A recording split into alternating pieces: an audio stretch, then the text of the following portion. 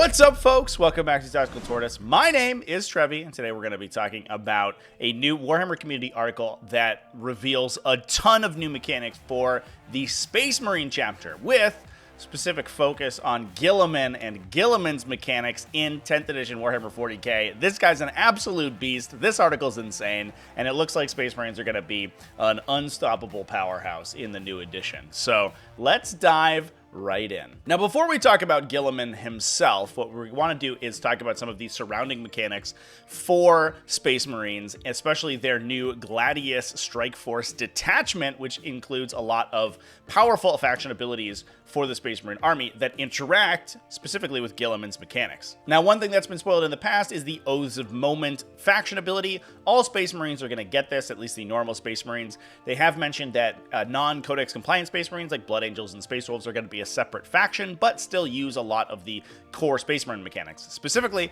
the Gladius Strike Force is most likely going to be usable in other chapters. However, they'll probably have a different faction mechanic other than their Oaths of Moment ability. Now, Oaths of Moment lets you target an enemy unit in your command phase and get full rerolls to hit and wound against that.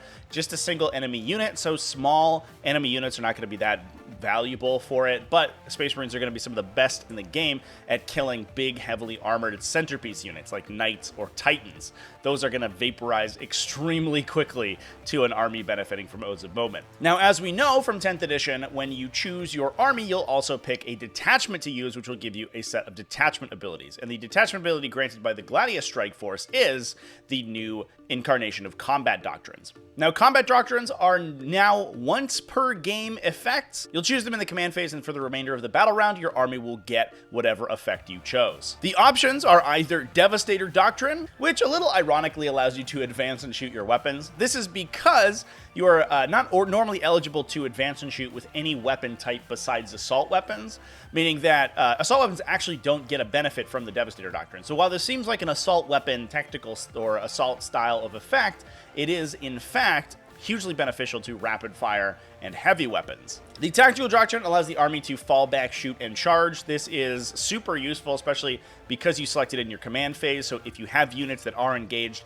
you can, once per game, choose this at the most opportune time. And this is going to be a huge benefit to Space Marine armies, who are most likely going to be incentivized to take combined arms units for some reasons we'll talk about later that are good at both shooting and melee. So being able to operate as normal after falling back is enormous for these units. It's hard to bog down a Space Marine army for more than one turn. Last but certainly not least, the Assault Doctrine allows you to advance and charge, and this is going to be enormous for melee-focused Space Marine chapters. Whether or not this ability transfers over to the non-Codex compliant chapters and you get a turn of advancing and charging with Deathwing Terminators or Blood Angel Sanguinary Guard, it's not quite clear yet exactly how that will work and whether or not they keep these chapter mechanics, but if that is the case, this is going to be super duper powerful.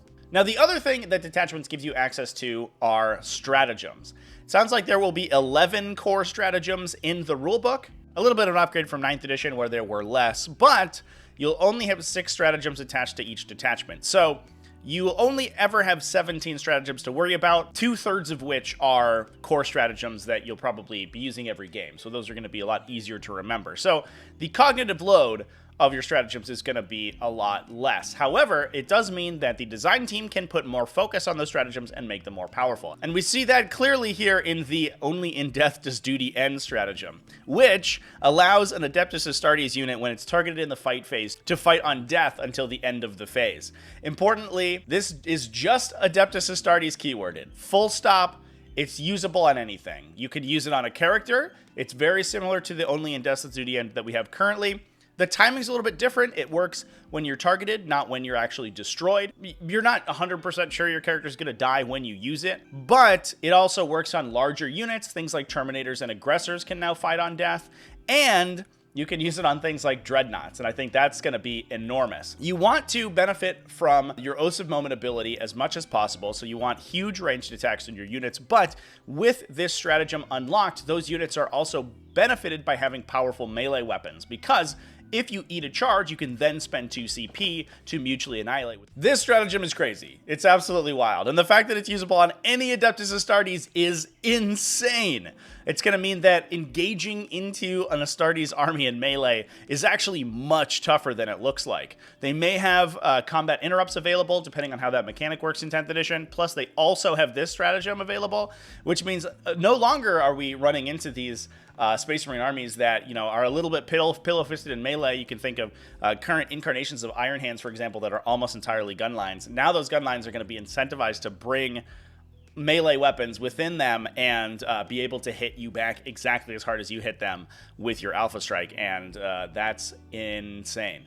Now, the reason that this is relevant for Roboute Guilliman, whose data sheet was also revealed in this article, is that he actually interacts incredibly beneficially with this stratagem in the Gladius Strike Force detachment. So let's take a look at Guilliman's datasheet and the absolute powerhouse that this guy is going to be in the new edition. He's coming in at a pretty classic stat line. He has had a big toughness and wounds bump up to toughness 9, so the equivalent of T7 or 8 from 9th edition. A lot of anti-tank weapons are going to wound him on 4s, things like multi-meltas and things like that, and obviously smaller weapons like Power Fists are going to wound him on 5, which is enormous.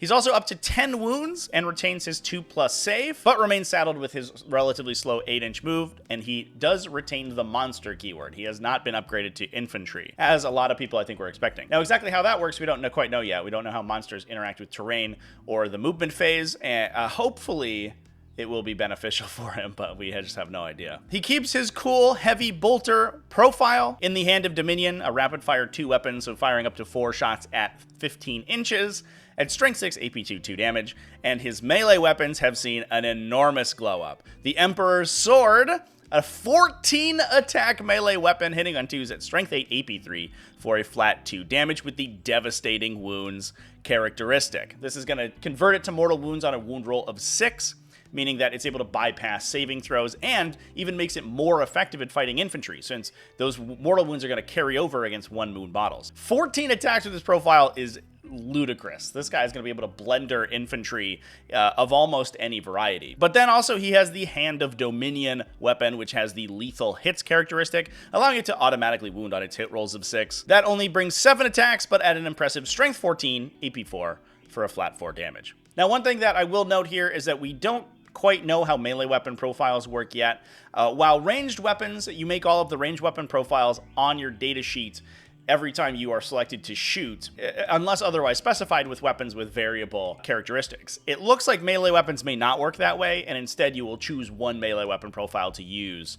And we may see units with things like chainswords in addition that will have special rules that will allow them to make additional attacks, but I doubt that Guilliman is able to make both weapon profile attacks here, and for a total of 21 attacks. That would be a little insane. We don't quite know yet, obviously, so we're kind of just guessing, but I assume that that's how it's going to work. Now, Guilliman's interaction with the rest of his army is primarily through his Author of the Codex ability. So he has that as an ability over there on the right side of the datasheet, and it allows him to choose one of the Author of the Codex abilities on the left side that he gains for the battle round. This is either +1 objective control to units within 6, and you can reroll battle shock and leadership tests. +1 objective control is actually really huge. You can get even line infantry units like intercessors up to OC3, which makes it extremely hard to take objectives away from them, so that one's pretty solid. Editing Trevi here. One thing that I didn't mention in this case is that this actually triggers before scoring, which is normally at the end of the command phase. So what this lets you do is potentially flip objective control before you score the objectives,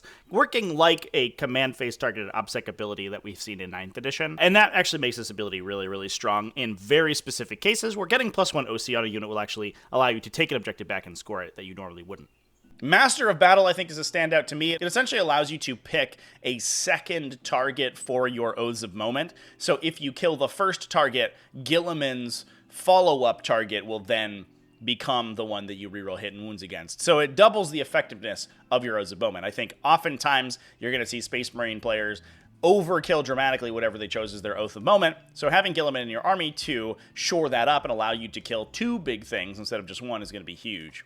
The last one, and this is one of the most important ones, is Supreme Strategist. This allows you to Target an Adeptus Astartes unit within 12 inches with a stratagem for free, and you can do it even if you have used that stratagem already in the phase. So the reason this is synergistic with the Only in Death Does Duty End stratagem from the Gladius attachment is that obviously you can now fight on death with 2 units out of your army, and one of them happens for free. So if you are looking to take a charge, you just lock in Guilliman to his Supreme Strategist ability, and you're just representing that fight on death for free with anything, and that's incredibly strong. Even the ability to command reroll, assuming that command reroll works the same as it does in 9th edition, a second time and for free is almost worth it by itself. This ability is insane, and I think it scales obviously with the power of stratagems that will be in these detachments, but already it looks incredibly powerful. Rabut Guilliman being an absolute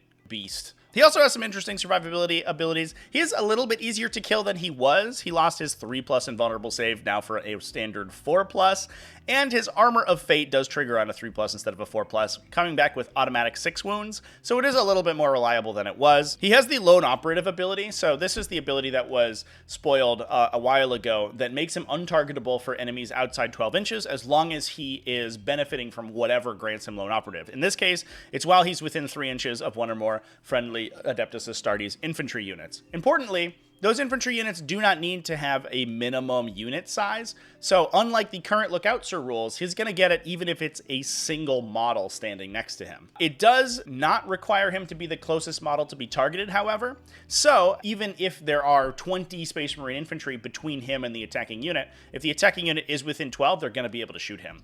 So overall, while there are going to be some situations where this is like incredibly powerful and he can stand in the front of his army, be protected, and have no enemies within 12 inches, he's going to be invincible. But generally speaking, it's going to be easier to target him than it was with the previous version of Lookout Sir. On the flip side, it's also easier to trigger, and it's a little bit more straightforward. So I think overall, big win for this ability specifically. Maybe roughly equivalent in terms of survivability. He's more resilient against kind of small arms and melee attacks, but that lower invulnerable save is a pretty big deal, and the less effective variety of Lookout Sir that he gets means that he's going to be shot a little bit more often, which is a little bit dangerous for him. As long as he gets into melee, he's going to be able to make his points back, potentially come back with Armor of Fate, so your opponent's going to have to kill him twice, and overall, he's going to still be a huge powerhouse on the table. But that is Guilliman in 10th edition. He looks absolutely insane.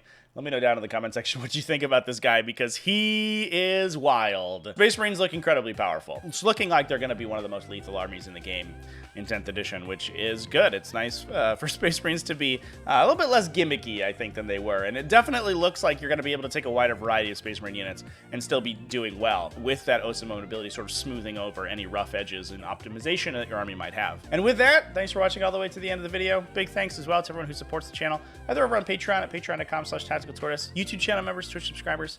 All you people are great, and I love you. Remember to keep it classy, folks, and have happy wargaming.